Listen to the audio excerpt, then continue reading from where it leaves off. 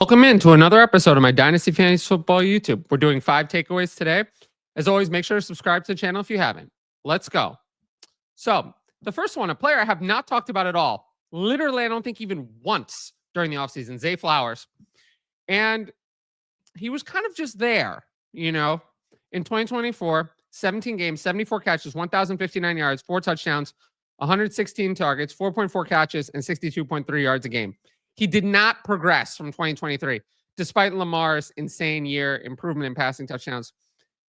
Flowers didn't really get any better. Fewer receptions per game, more yards per game, slightly more big plays, less catches, similar targets, lower catch rate.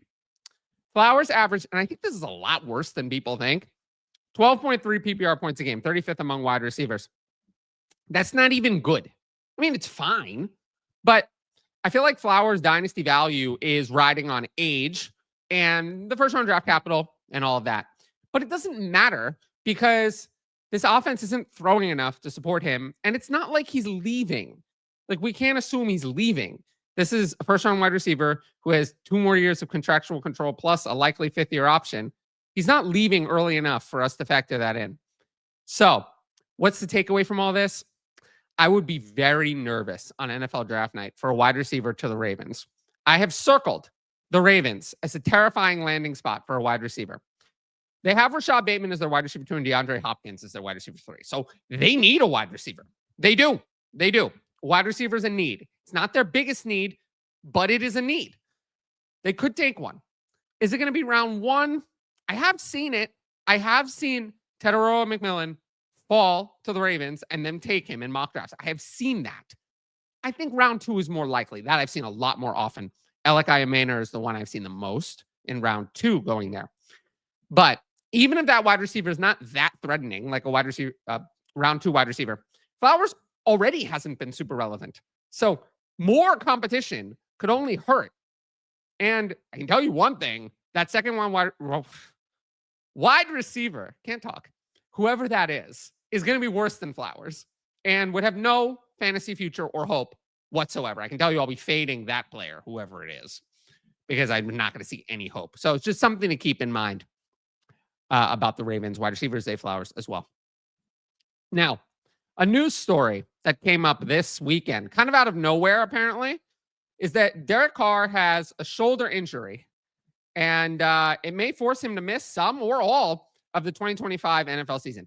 This has been very murky, I will say. It just came out. Well, it's in jeopardy. It's the throwing shoulder. No one seems to know exactly when this happened. That I have not been able to find. It doesn't seem like Carr is going to be available week 1. I think it's more of a question of, is it the first few weeks, half the year, or the whole year? People don't seem to know that.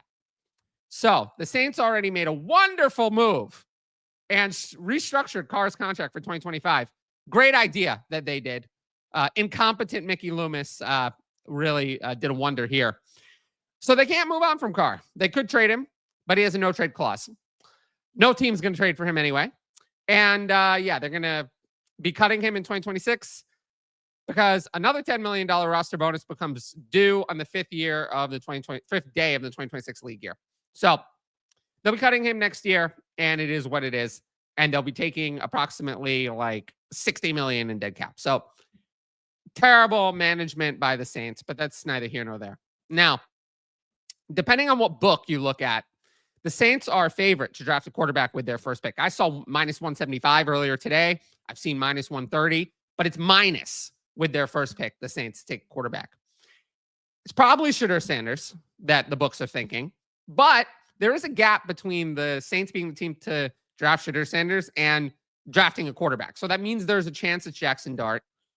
But yeah, quarterback is now the heavy favorite. All the other positions are plus 600 or lower.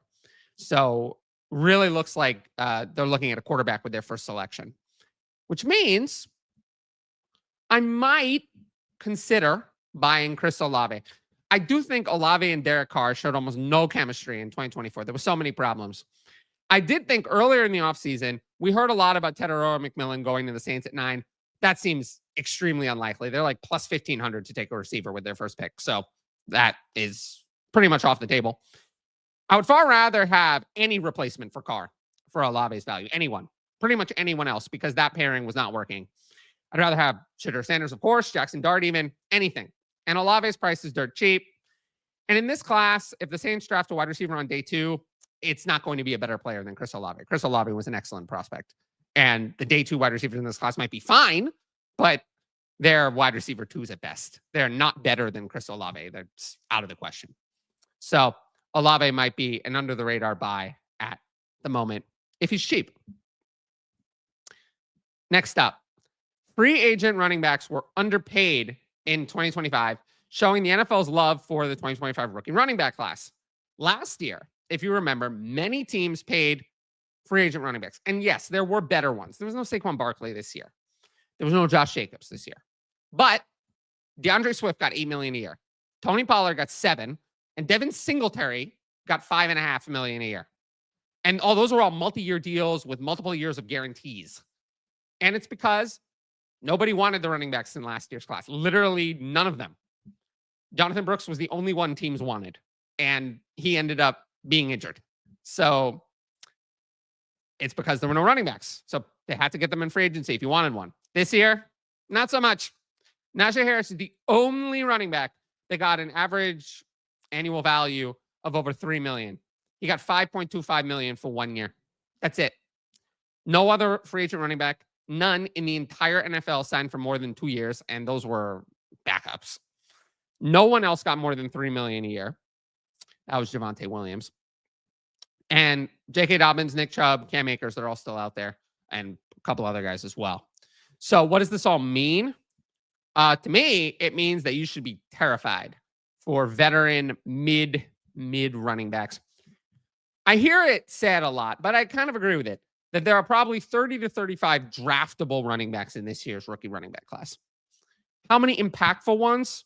10 to 15? That's a lot, though.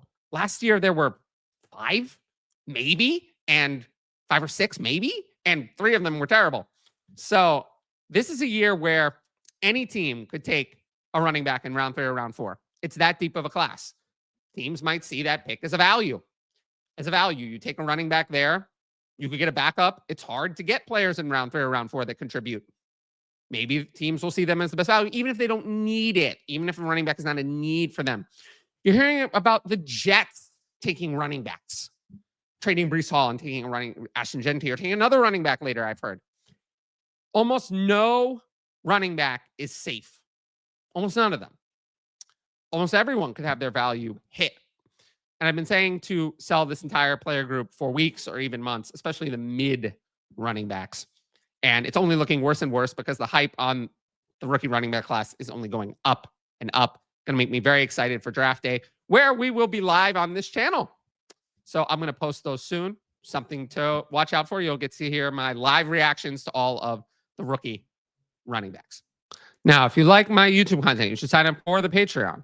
I'm offering a 50% discount off your first month at all tiers using the code TylerYT. You can get my rankings, access to Discord, all my write-ups. I will say I've done 25 rookie write-ups. So for people saying I'm not doing rookie content, I am doing it. It's just in the Patreon, not on the YouTube. I wish it succeeded on the YouTube. I tried it last year. It did not work pre-draft. Post-draft, there will be rookie content on the YouTube. Pre-draft, it didn't work. So I chose to do rookie content for patrons pre-draft.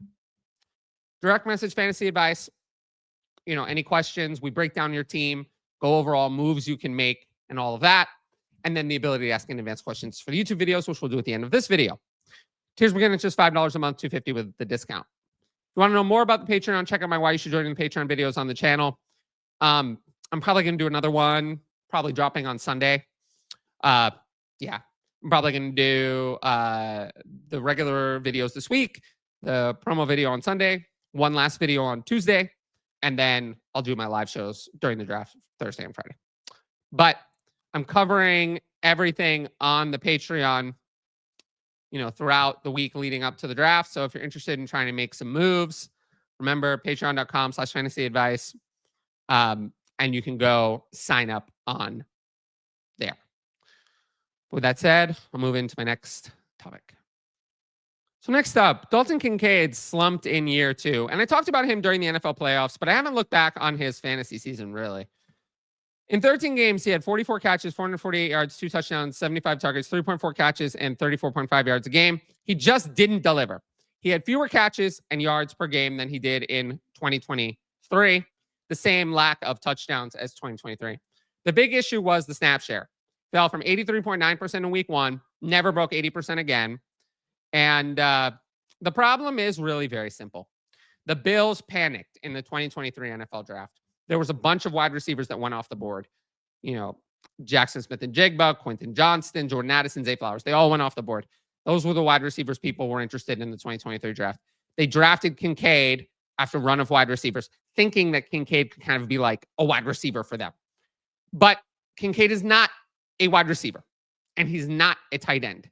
He is a tweener, and the NFL, I think, has given up on this type of player. It's just failed too many times. It failed with Kyle Pitts. It failed with Dalton Kincaid. You either learn how to be a tight end or you only fit in like a few offenses, and the Bills are not one of those. So Kincaid's snap share continued to fall and was below 50% in the final 3 weeks and the playoffs. So it was just kind of a disaster, and it really didn't look like it was going to rectify itself. So the Bills committed to a different direction. So they extended Khalil Shakir. They signed Josh Palmer in free agency. So Shakir is a slot wide receiver. They gave him decent money. That forces them into 11 personnel because they have to get Shakir on the field, which is what they did mostly last year. Palmer signed for enough money to be a starter. Most likely, Keon Coleman is the other outside wide receiver, but I'm not ruling out that they draft someone.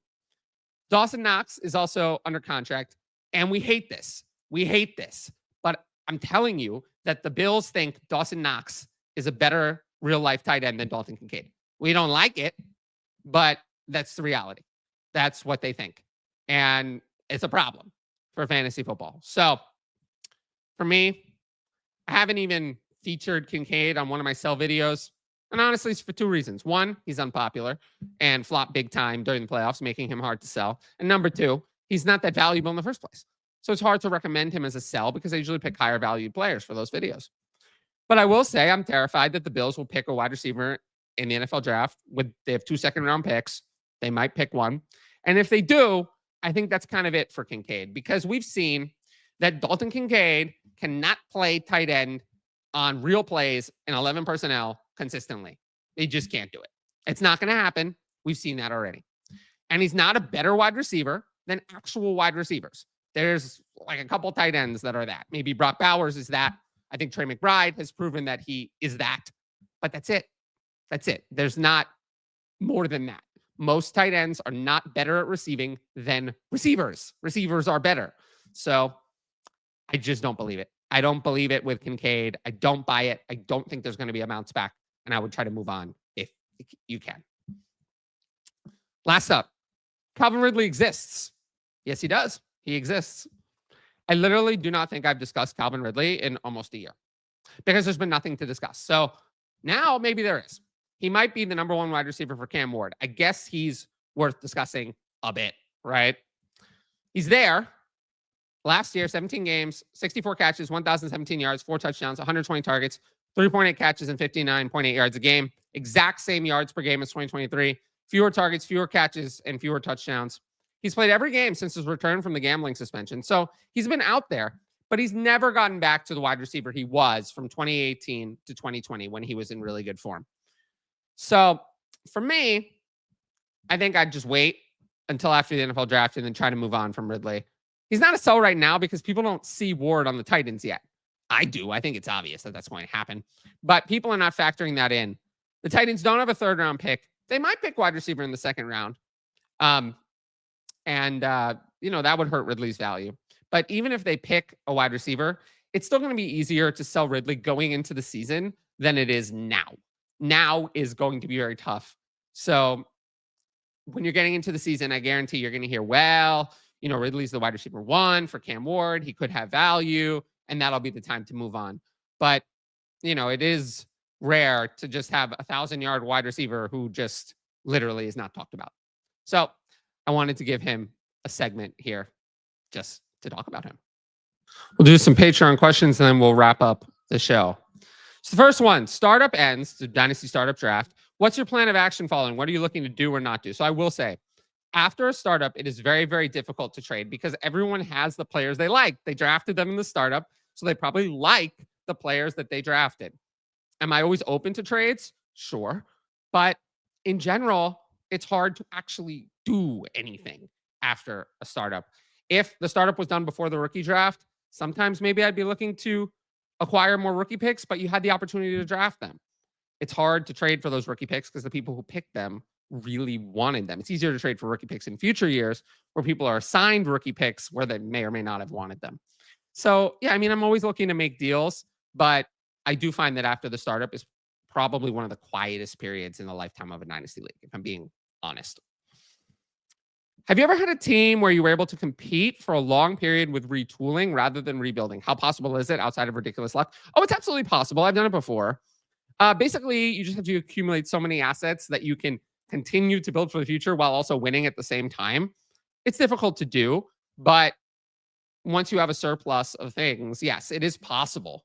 So yes, it's absolutely possible. I mean, this is the goal. This is what you want to do. You want to have a team that's so strong that you're able to do this, continue to compete with a relatively young team by retooling rather than having to tear it all apart.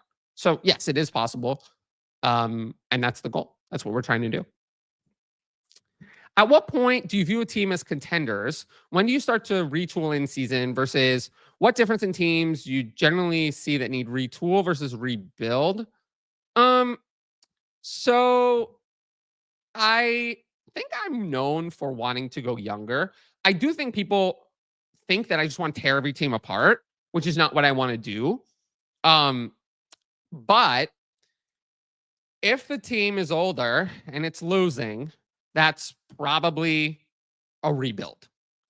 If the team has younger assets and it's losing, or it was unlucky and there were injuries, that's more of a retool, right? So in general, it's easier to identify to rebuild. If you're 0-5 and you have a bunch of older players, that is a rebuild, period. Those players need to go. Whereas, if you have some older players and some younger players, more of a retool. Maybe keep the younger players. You don't have to sell every player all the time. Now, if you're getting a great value, do it. But you don't like selling Lamar Jackson in a rebuild is not always the right move unless you can get a really good value. So, it's kind of an arbitrary distinction, but in general, it's the age of the players I have. If I have really old players, that's a rebuild. Last one. If Travis Hunter declares as a wide receiver and the Browns draft him to be used mainly as a wide receiver with some limited cornerback role, where are you taking him in rookie drafts? Okay. So we're not going to get more information, I don't think, than what we already have. The Browns have already said, we see Travis Hunter as a wide receiver first, not a wide receiver only, but a wide receiver first. We have that information already. Andrew Berry said it on camera. So that information we have. I assume that Travis Hunter is going to be drafted by the Browns at this point. That's the most likely outcome. So if that's the outcome we get, and we're getting Travis Hunter as a wide receiver first, he'd be a first-round pick. I think he'd have to be. I mean, a first-round pick, there is some risk. There's some risk that he could play more cornerback than we like and not as much wide receiver as we like. So I don't think in Superflex that Travis Hunter is going to be a top 5 pick. But yes, if he goes to the Browns with the current information we have, he would be a first-round rookie pick, even in Superflex leagues for me. All I care about is that he's wide receiver first. If he's wide receiver first, he'll be a first-round pick. And on the Browns, we already know he will be a wide receiver first. That would change if he goes to another team. I'd have to see what they say. But the Browns, we do know. So if you liked the video, make sure to support the channel by subscribing, and don't forget to hit that notifications bell so you can be notified about all my exciting content as it drops. Of course, if you want my best fantasy football advice, it's available on the Patreon. Patreon.com/fantasy advice. You can click in the top right corner to sign up. Dynasty and rookie content year round. 50% discount at all tiers using code TylerYT. Type that code in at checkout. It's also below in the pinned comment for 50% off your first month. Every sign up helps support my independent content, and I really, really, really do appreciate everyone who signs up. It's the only thing that keeps this going. But once again, Thanks for watching, and I'll see you all later.